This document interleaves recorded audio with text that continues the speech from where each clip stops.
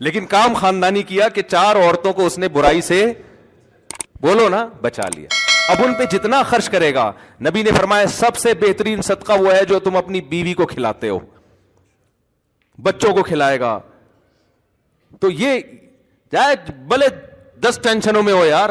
امام احمد بن حنبل کہتے ہیں وہ آدمی جو نکاح نہیں کرتا, بچے نہیں ہیں, اور اللہ اللہ کر رہا ہے بیٹھ کے سکون قلب کے ساتھ, 2 رکعت کی نیت مانتا ہے, انتہائی خوشو و خضوع. امام احمد بن حنبل کے الفاظ کو میں اپنے الفاظ میں بیان کر رہا ہوں کیونکہ ٹینشن ہی نہیں ہے.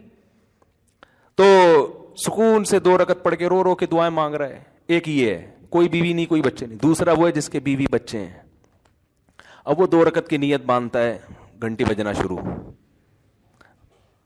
سائلنٹ پہ کیا تو وائبریشن, یعنی بیل بند کر دی تو وائبریشن پہ, خشوع و خضوع رہے گا. 2 رکعت کے بعد سلام پھیر کے دیکھا تو میسج آیا ہے بیگم کا, شادیاں کر لی ہیں, گھر کا کوئی خیال نہیں ہے. اگر یہ نمازیں ہی پڑھنی تھیں تو ہمیں نہیں لے کر آتے. آج مجھے گھر والوں نے ڈبل روٹی کے لیے بھیجا. اپنا واقعہ بتانے میں کوئی حرج نہیں, حقیقت اپنا واقعہ. یہ میرے بھائی گواہیں, یہ دوست ہیں, یہ گواہیں. گھر والوں نے کہا بھائی بریڈ چاہیے, اور مسجد کا جو میرا خادم ہے بیچارہ خدمت کرتا ہے شمس, اس کو بول دیں کہ وہ لے آئے. میں باہر نکلا, بھول گیا. پھر میں گھر گیا, گھر والوں نے کہا آپ کو ڈبل روٹی لینے کے لیے بھیجا. میں نے کہا بالکل ذہن سے نکل گیا. اب میں گیا تو دیکھا شمس بھائی جمعہ نہانے کے لیے گھسے ہوئے ہیں. اب میں بیٹھا رہا ہوں کرسی باہر ڈال کے, تو یہ تو ٹھیک نہیں ہے نا کہ جب نکلیں گے تو میں بولوں گا. میں نے کہا چلو جب نکل آئے گا تو بول دوں گا, جب نکلے تو میں اتنی دیر ہو گئی بھول گیا میں. ایسے ہی پھر میں باتوں میں گھر چلا گیا. یہ خشوع و خضوع بتا رہا ہوں آپ کو. ایسا آدمی کیا خشوع و خضوع سے نماز پڑھے گا بھائی؟ اس کنڈیشن میں خشوع و خضوع سے نماز پڑھ کے دکھاؤ, پھر وہ میں مانوں گا یہ خشوع و خضوع کی نماز ہے. سمجھ رہے ہو نا؟ دوبارہ جب میں گھر گیا, تیسری دفعہ ہو گیا اب یہ نا, گھر والوں نے کہا میں نے ناشتہ کرنا ہی نہیں ہے, جاؤ ایسی کی تیسی. میں ایک دم اس میں آیا نا, میں نے کہا یہ تو یار میرے ساتھ بھی ایسا ہوتا تو ہمارے بھی. جب میں آیا چوتھی دفعہ نیچے آیا, جیسے ہی نیچے آیا تو یہ آپ کہاں سے تشریف لائے ہیں؟ ثوابی سے ہی بھائی آئے ہیں. ارے مفتی صاحب, وہاں سے ایک صاحب, ارے وہ جب آئے نا قریب میں بھول گیا.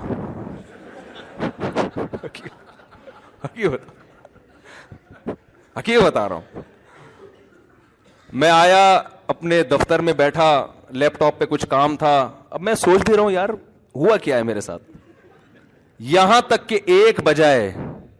اور جب میں نے فون دیکھا تو گھر والوں کا فون آ رہا تھا. بس جو میری کنڈیشن ہے وہ ان کو پتا ہے. میں نے کہا میں تو فون اٹھانے کا میرے اندر حوصلہ نہیں.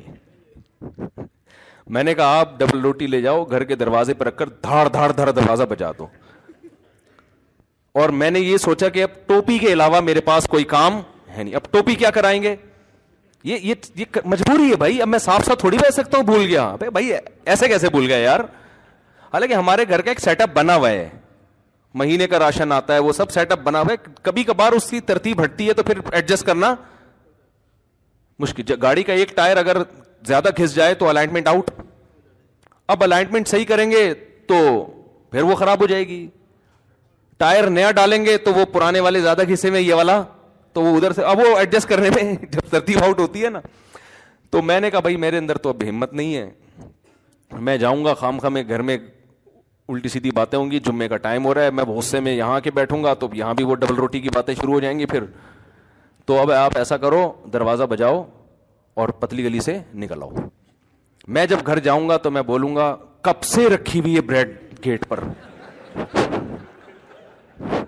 یہی میرا, اس میں جھوٹ نہیں ہے. کب سے رکھی ہوئی مجھے خود نہیں پتا کب سے رکھی ہوئی, ایگزیکٹ ٹائم تو معلوم نہیں ہے نا. وہ بندہ دروازہ بجا رہا ہے یار, کب سے رکھی ہوئی ہے.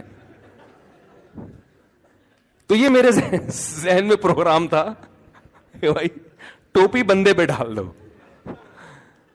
تو آخر یعنی اگر اس میں ناکام ہو گیا تو کہیں گے اس نے, یہی چلتا ہے گھر اسی طرح چلتا ہے. ایسا نہیں ہوتا کہ میں بھول گیا تو میں پھر بھول گیا تو میں پھر بھول گیا تو پھر بھول گیا. تو خیر جلدی سے بات ختم کرتا ہوں.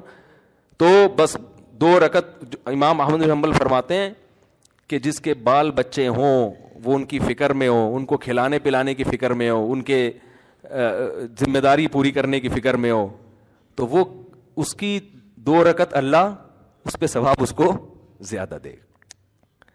تو کیونکہ وہ نیچر پہ چل رہا ہے نا, پادری پن تھوڑی ہے کہ جنگلوں میں نکل جاؤ بس اللہ اللہ کرو بیٹھ کے.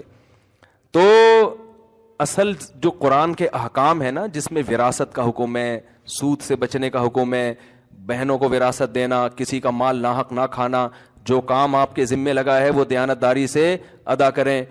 تو یہ کام مسلمان پہلے چونکہ کر رہا تھا تو ترقی کر رہا تھا, اب یہ کام مسلمان نے چھوڑ دیے ہیں. اور اگر ہم جنت جہنم کو بیچ سے نکال دیں گے نا میرے بھائی, تو مسئلہ یہ ہوگا کہ یہ جتنے ہیں نا اس سے ہی جائیں گے. یہ ایسا نہیں ہو کہ چاند پہ پہنچنا شروع کر دیں گے, کیونکہ ہمارے لبرل لوگوں کے ہاتھ میں ہمارا تعلیمی نظام ہے جو مذہب پہ چلتے ہی نہیں ہے. تو دیکھو تعلیمی نظام کا کیا بیڑا غرق کیا ہوا ہے انہوں نے. اللہ تعالی ہمیں سمجھنے کی عمل کی توفیق عطا فرمائے. وما علینا